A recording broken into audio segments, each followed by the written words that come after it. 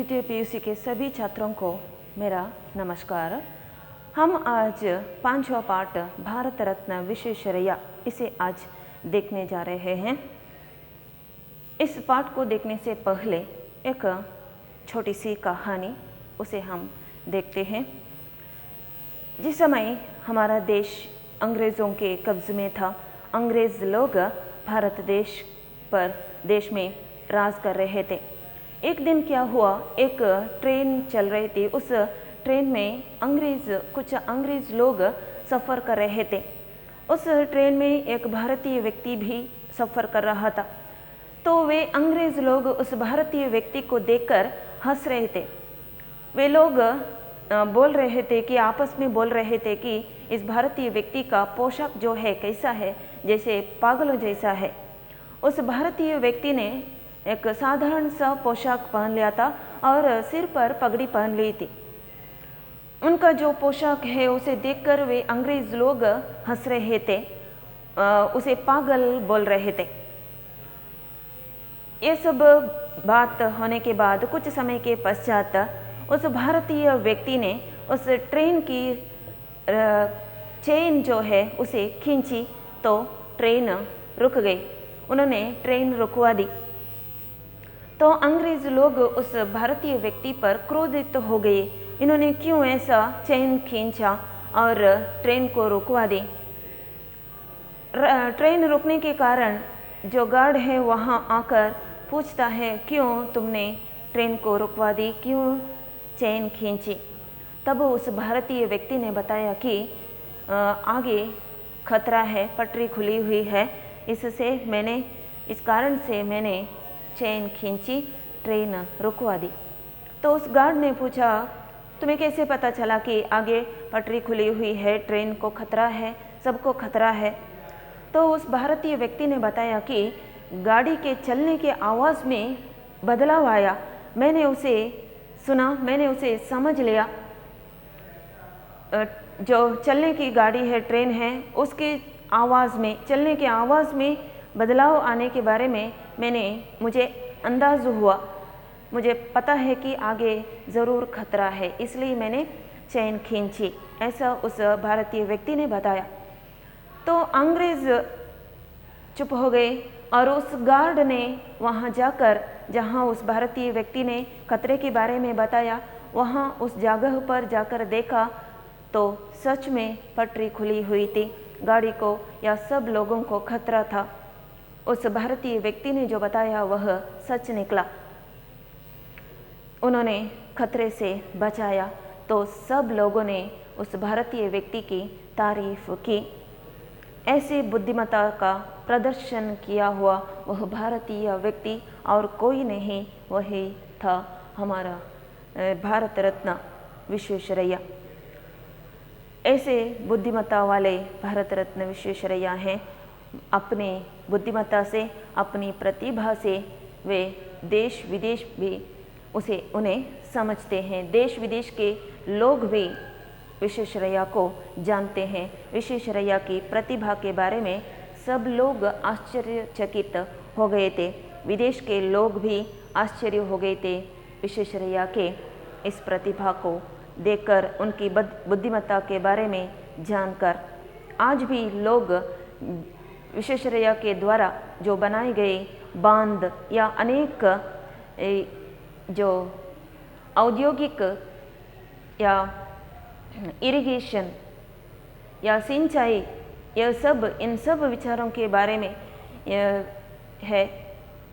वे सब लोग, भारत के लोग या विदेश के लोग, विश्वेश्वरैया द्वारा बनाए गए सब विचारों को देखकर, सब जो बांध है उसे देखकर आश्चर्यचकित होते हैं आज भी। तो देखते हैं भारत रत्न विश्वेश्वरैया इस पाठ को लिखा है डॉक्टर बालशौरी रेड्डी ने। विश्वेश्वरैया के जीवनी के बारे में उन्होंने यहाँ पर दिया है। पाठ को देखने से पहले बालशौरी रेड्डी जो लेखक हैं उनका एक परिचय हम देखते हैं। उपन्यासकार, बाल साहित्यकार एवं अनुवादक डॉक्टर बालशौरी रेड्डी का जन्म 1900 1928 ईस्वी को आंध्र प्रदेश के गोलगुडुरु या कड़पा जिले के गोलगुडुरु में हुआ। आपकी प्रारंभिक शिक्षा गांव में तथा उच्च शिक्षा इलाहाबाद और वाराणसी में हुई। आपको बनारस हिंदू विश्वविद्यालय तथा श्री वेंकटेश्वर विश्वविद्यालय द्वारा मानक डीलिट की उपाधि से सम्मानित किया गया है। उन्हें डीलिट उपाधि मतलब डॉक्टरेट ऑफ लिटरेचर, इसमें यह उपाधि उन्हें प्राप्त हुई। डॉक्टर बालशौरी रेड्डी बहुभाषी विद्वान हैं। अहिंदी भाषा क्षेत्र में हिंदी का प्रचार प्रसार कर आपने हिंदी साहित्य का मान बढ़ाया है। आप भारत सरकार और विभिन्न संस्थाओं द्वारा पुरस्कृत हैं। महात्मा गांधी के जीवन आदर्शों का पालन करते हुए आप निरंतर हिंदी सेवा में निरत हैं। आपकी प्रमुख रचनाएं उपन्यास शबरी, जिंदगी की राह, यह बस्ती है ये लोग, भग्न सीमाएं, लकुमा, प्रोफेसर, दावानल, बैरिस्टर आदि। विविध साहित्य, पंचामृत, तेलुगु वाग्मय विविध विधाएं, तेलुगु साहित्य का इतिहास, आंध्र के महापुरुष, आदर्श जीवनियाँ, दक्षिण की लोक कथाएं आदि।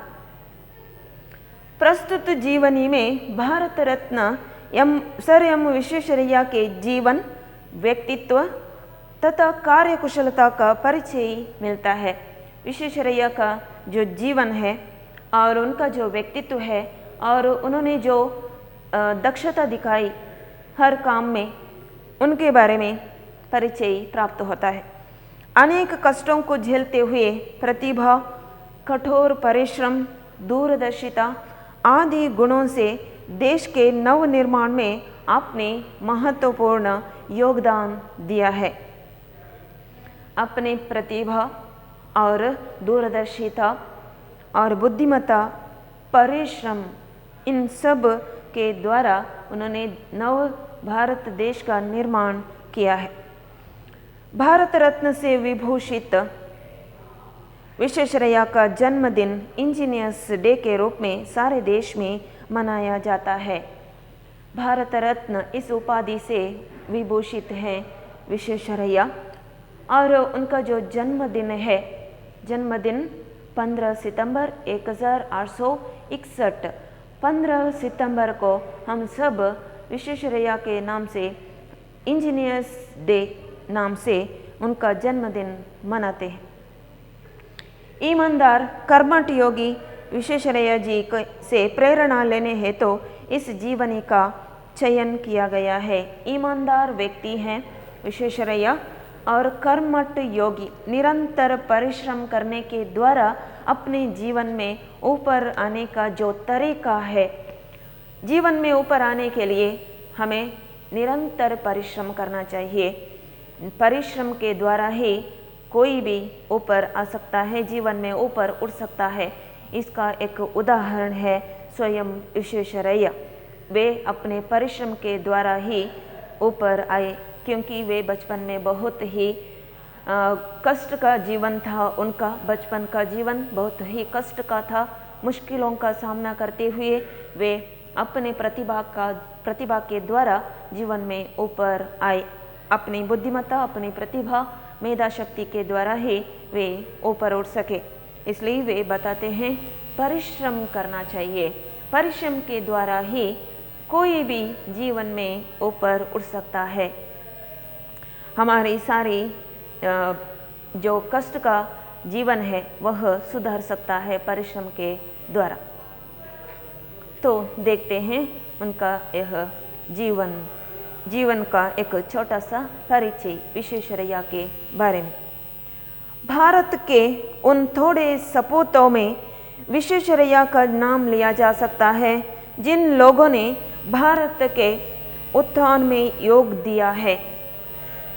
भारत के उन थोड़े सपूतों में, सपूत मतलब उस शब्द का सच्चा अर्थ है अच्छे पुत्र, लेकिन यहाँ का अर्थ है श्रेष्ठ व्यक्तियों में, श्रेष्ठ या महान व्यक्ति, महान पुत्र, श्रेष्ठ पुत्रों में कौन से श्रेष्ठ पुत्र? भारत में बहुत सारे लोग, महान व्यक्ति भारत में पैदा हुए हैं। उन महान व्यक्तियों में विश्वेश्वरैया भी एक हैं। अनेक पुरुषों ने या स्त्रियों ने इस भारत, हमारे देश को अपना योगदान दिया है। भारत के नवनिर्माण में अनेक लोगों ने अपना योगदान दिया है, उनमें विश्वेश्वरैया भी प्रमुख हैं। उन थोड़े सपूतों में विश्वेश्वरैया का नाम लिया जा सकता है जिन लोगों ने भारत के उत्थान में, भारत के उत्थान का अर्थ है उन्नति में, भारत के उन्नति में अपना योगदान दिया है। जिन जिन लोगों ने, जिन जिन व्यक्तियों ने इस भारत देश के उन्नति में अपना योगदान दिया है, उनमें विश्वेश्वरैया भी एक हैं या वे प्रमुख भी हैं। श्री विश्वेश्वरैया एक उच्च कोटि के इंजीनियर और प्रशासक थे। वे एक महान इंजीनियर भी थे, श्रेष्ठ इंजीनियर भी थे, उच्च कोटि के, उच्च स्तर के इंजीनियर थे और प्रशासक मतलब एडमिनिस्ट्रेटिव, वे एक प्रशासक भी थे। प्रशासक मतलब एडमिनिस्ट्रेटिव या एडमिनिस्ट्रेटर। अपनी प्रखर बुद्धि के द्वारा उन्होंने भारत में सिंचाई तथा औद्योगिक विकास की योजनाओं को चालू किया। उन्हें क्यों ऐसा बताया कि उच्च कोटि के, उच्च स्तर के इंजीनियर हैं और वे एक प्रशासक या एडमिनिस्ट्रेटर हैं? क्योंकि उन्होंने अपनी प्रखर बुद्धि के, तीक्ष्ण बुद्धि के द्वारा या अपनी प्रतिभा के द्वारा उन्होंने भारत में सिंचाई मतलब पानी की व्यवस्था या इरिगेशन और औद्योगिक विकास मतलब इंडस्ट्रियल डेवलपमेंट, इन सब के लिए, सिंचाई के लिए और औद्योगिक के लिए उन्होंने जो योजनाएं बनाई और उन योजनाओं को उन्होंने कार्यगत किया या चालू किया, वह देखकर किसी को भी आश्चर्य हो सकता है। उनकी असाधारण प्रतिभा पर देश विदेश के लोग भी चकित थे। उनकी इस प्रतिभा पर देश विदेश के लोग भी आज भी आश्चर्यचकित हो जाते हैं, क्योंकि विश्वेश्वरैया के द्वारा जो भी है वह हमारे विश्वेश्वरैया के द्वारा बनाए गए जो भी जो भी इरिगेशन या इंडस्ट्रियल है, वो सब अब हमारे आंखों के सामने है।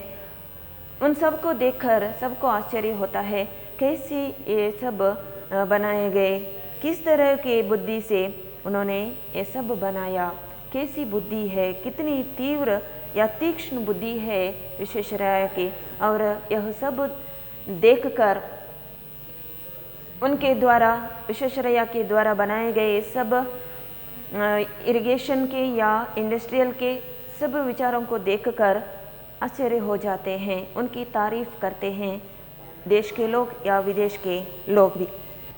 उनकी असाधारण प्रतिभा पर देश विदेश के लोग भी चकित थे, अब भी चकित हो जाते हैं।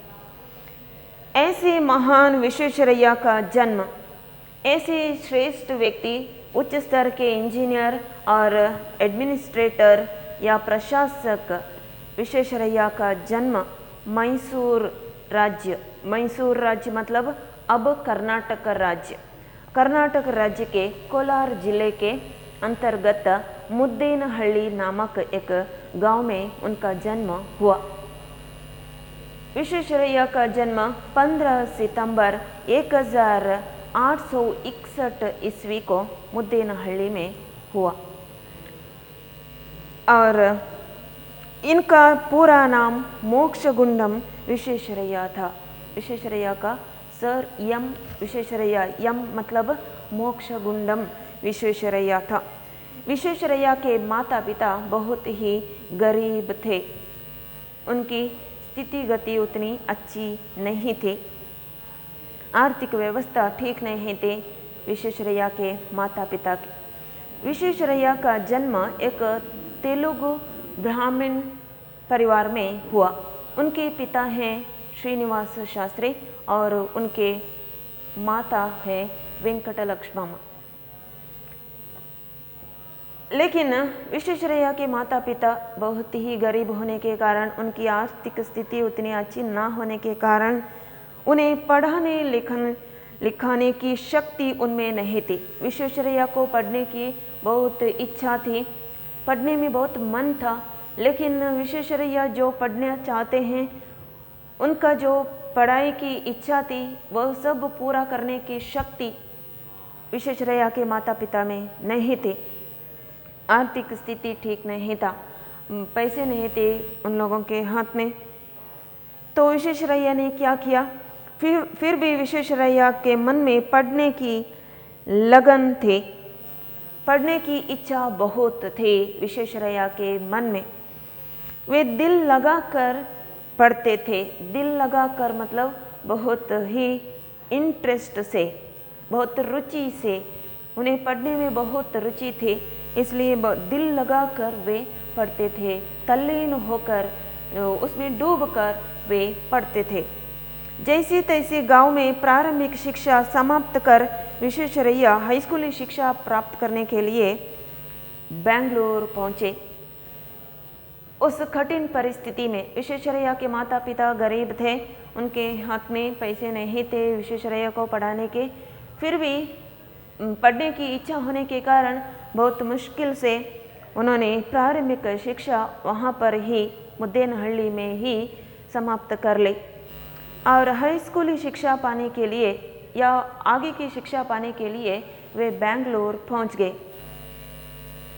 प्रारंभिक शिक्षा गांव में ही जैसे तैसे बहुत ही मुश्किलों का सामना करते हुए, बहुत कष्ट से उन्होंने प्रारंभिक शिक्षा गांव में ही मतलब मुद्देनहल्ली में ही समाप्त कर विश्वेश्वरैया हाई स्कूली शिक्षा प्राप्त करने के लिए बेंगलुरु पहुंचे। बेंगलुरु में खर्च चलाना मुश्किल था, इसलिए विश्वेश्वरैया अपनी किसी एक रिश्तेदार के घर ठहर गए। हाई स्कूली शिक्षा प्राप्त करने के लिए विश्वेश्वरैया बेंगलुरु पहुंच गए। वहाँ खर्च चलाना बहुत कठिन था, हाथ में पैसे नहीं थे, खर्च चलाना मुश्किल था, इसलिए विश्वेश्वरैया पढ़ाई के साथ साथ पढ़ाई को आगे बढ़ाने के लिए वे ट्यूशन देने लगे। इसलिए विश्वेश्वरैया अपने किसी एक रिश्तेदार के घर ठहर गए। रिश्तेदार के घर वे रहने लगे। किराए पर घर लेने से किराया देना पड़ता है, किराया देने के लिए हाथ में पैसे नहीं है, इसलिए विश्वेश्वरैया बेंगलुरु में अपने एक रिश्तेदार के घर में ठहर गए। ट्यूशन करके अपने दिन काटने लगे। छोटे छोटे बच्चों को वे ट्यूशन देने लगे अपने दिन काटने के लिए और अपनी पढ़ाई को आगे बढ़ाने के लिए। मैट्रिक में उत्तीर्ण होने के बाद वे बेंगलुरु में ही सेंट्रल कॉलेज में भर्ती हुए। इस तरह से बहुत कठिन परिस्थिति या कष्ट का जीवन बिताते हुए उन्होंने प्रारंभिक शिक्षा और हाई स्कूल शिक्षा, बाद में मैट्रिक मतलब ये पीयूसी, सेकंड पीयूसी जो आप अब पढ़ रहे हैं, सेकंड पीयूसी, इसे मैट्रिक कहते हैं। इस मैट्रिक को पास करने के बाद बेंगलुरु में ही सेंट्रल कॉलेज डिग्री प्राप्त करने के लिए बेंगलुरु में एक प्रसिद्ध कॉलेज है सेंट्रल कॉलेज, उस सेंट्रल कॉलेज में वे भर्ती हुए डिग्री प्राप्त करने के लिए। वहीं से विश्वेश्वरैया ने बीए उत्तीर्ण किया। उन्होंने वहाँ पर सेंट्रल कॉलेज में बीए पास कर लिया। उस वक्त विश्वेश्वरैया की उम्र केवल 19 साल के थे। विश्वेश्वरैया बहुत जल्दी डिग्री प्राप्त कर ली। उन्होंने जब डिग्री प्राप्त कर ली तब उनका जो उम्र था केवल 19 साल। सेंट्रल कॉलेज के प्रिंसिपल एक अंग्रेज थे। इस तरह से विश्वेश्वरैया ने अपनी छोटी सी उम्र में ही 19 साल में ही बीए की पदवी प्राप्त कर ली, डिग्री प्राप्त कर ली। आगे का जो पैराग्राफ है उसे हम आगे की क्लास में देखेंगे। धन्यवाद।